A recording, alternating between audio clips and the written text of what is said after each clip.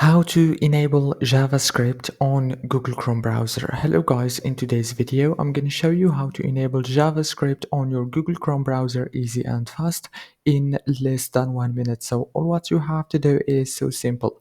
Go to the top right here, click on those three dots as you can see, and now go down to this settings option, and after you click on it, now all what you have to do is go to privacy and security, and after you click on it, all what you have to do is scroll down and click on site settings like this, and scroll down like this, and you will find the JavaScript option. Click on it, and now you can choose to enable it from here, easy and fast, or you can disable it like this from here.